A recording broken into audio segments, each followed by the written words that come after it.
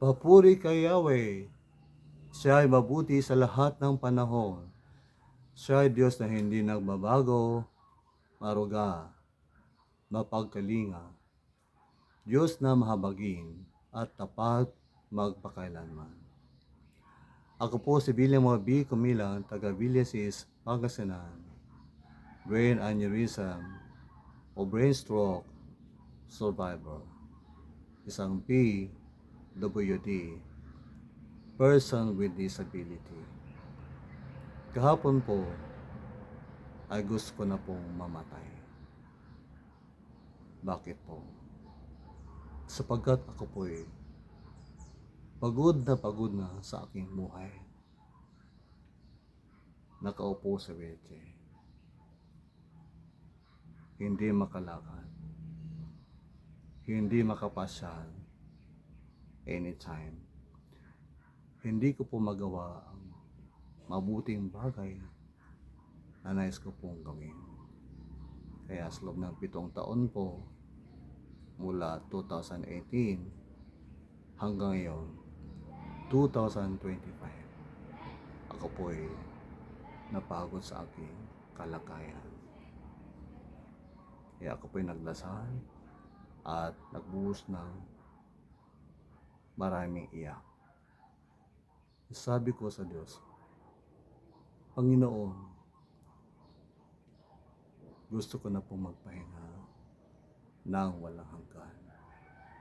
Pagpalay mo pong aking pamilya, ang aking asawa, Alona, ang aking mga anak, si Manny, Harmony, Clef Anthony, Ira Kisha, Ira Cosette, ang aking apo, Alona Isabel, ang aking nanay, Inang Linda, ang aking mga kapatid, Ate Aline and family, Raquel and Mendel, Roderick and family, Clay and family, adopted children, Nico and family, Jello and family, Mark Jose and family, Mark Turquesa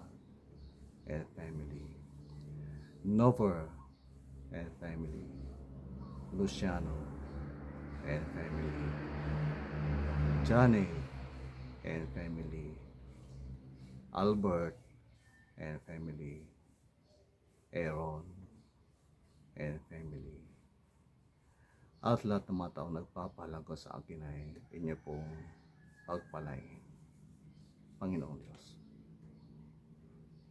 tulungan niyo po silang maging mabuting tao, maging mabuting miyembro ng pamilya, maging mabuting asawa, maging mabuting kapatid, maging mabuting magulang, maging mabuting anak, maging mabuting kamag-anak, maging mabuting kaibigan, maging mabuting pastor, maging mabuting mananampalataya, maging mabuting kapwa sa kanyang kapwa, maging mabuting leader. Panginoon, pagpalay niyo po sila at ako po ay natulog. Sa aking pagtulog po ay ang Panginoon Diyos po ay kumilos sa aking buhay. Kanya pong trinabaho ang aking pag-iisip, ang aking puso, ang aking kaluluwa, ang aking espiritu, ang aking buong katawan ay Kanya pong trinabaho. Kaya nga po mga kaibigan, magandang balita, good news, na sa aking paggising sa umagang ito, ako po ay malikaya, malakas, nakangiti sapagkat Ibinalik po ng Diyos ang aking sigla, lakas, ang aking pag-asa, ang aking hangaring mabuhay, hindi na mamatay. Ang aking hangaring mabuhay para paglingkuran ang Diyos. Mga kaibigan, ganoon pala. Ibuhos natin sa Diyos ang ating nararamdaman. Ibuhos natin sa Diyos sa pamamagitan po ng dasal ang lahat ng ating kabigatan, kapighatian, kahinaan, kabigatan, muli, at lahat ng ating problema, suliranin, palikot sa buhay.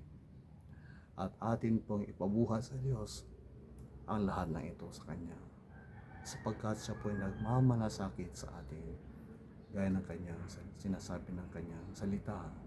1 Pedro 5:7. Inyong ipagkatiwala sa Diyos ang lahat ng inyong kabalisahan o kabigatan, kabagabagan, sapagkat siya ay nagmamalasakit sa inyo. Casting all your cares upon Him, for He cares for you. Isa 2 Korinto 12:9. Ang kagandang loob ng Diyos, ang kanyang biyaya ay sapat para sa ating lahat, upang tayo po'y lumakas muli, magkaroon ng bagong sigla, magkaroon po ng hangaring mabuhay, hindi na mamatay sa buhay, kahit mahirap pong ating pinagdadaanan. Ngayon po, kahit mahirap ang aking pinagdadaanan, alam ko pong kaya ko ito, sapagkat sapat ang biyaya ng Diyos para sa akin. Sapat ang biyaya ng Diyos upang ako po'y magpatuloy sa buhay, upang akin pong harapin ang bukas na may ngiti, may sigla, may pag-asa kay Kristo, sapagkat ang ating pag-asa sa Kanya ay buhay sa pamamagitan po ng Kanyang kamatayan at resurrection.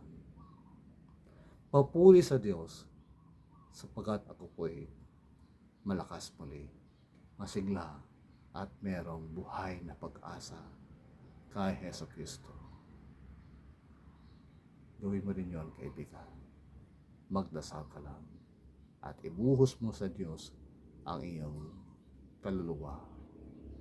Sabihin mo sa Kanya ang lahat ng iyong problema, suliranin, kasawian, kabiguan, kabigatan, at lahat ng mga bagay na gumugulo, bumabagabag sa iyong buhay. Kaibigan, tayo magdasal.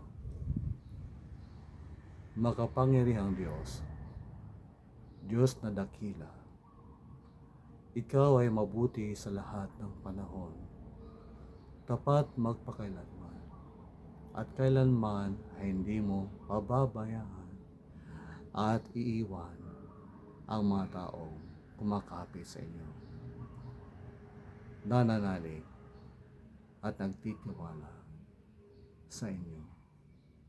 Panginoong Diyos, kung meron bang nanonood ngayon na merong pinagdadaanan sa buhay, siya po'y nanghihina, siya po'y nanlulupaypay sa kanyang pananalig sa iyo, at siya po'y nawawalan ng pag-asa sa buhay, kayo po'y kumilos sa kanyang buhay.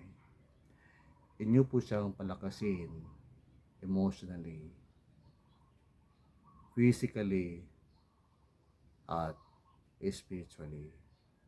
Siya po inyong gabayan, samahan sa kanyang pag-iisa, at palakasin ang kanyang loob, at pagalingin ang kanyang karamdaman, ang kanyang pusong nasaktan, Panginoong Diyos, sapagkat ikaw po, O Diyos, si Yahweh, Jehovah Rapha, ang aming dakilang manggagamot, Jehovah Jireh, ang aming Diyos na naghahanda, nagbibigay ng lahat ng aming pangangailangan, pinansyal, material, at pisikal.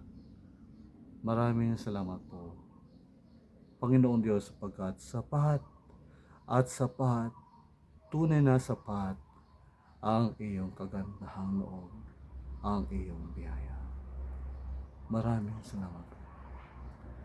Kami po inyong patawarin sa aming mga pagkukulang, mga nagawang pagkakamali, at mga kasalanan sa aming buhay. At tulungan niyo po ang bawat isang mabuhay ng matuwid sa iyong harapan araw-araw. Mabuhay na may pag-asa kay Hesus Kristo araw-araw. Maraming salamat, Panginoon.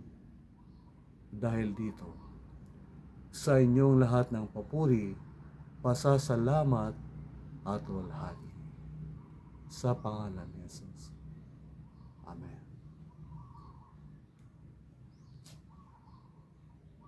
Maraming salamat po sa panonood ng video ito. At maraming salamat sa inyong mga dasal at tulong sa akin sa lahat na aspekto ng aking buhay. Ang Diyos ay mabuti sa lahat ng panahon.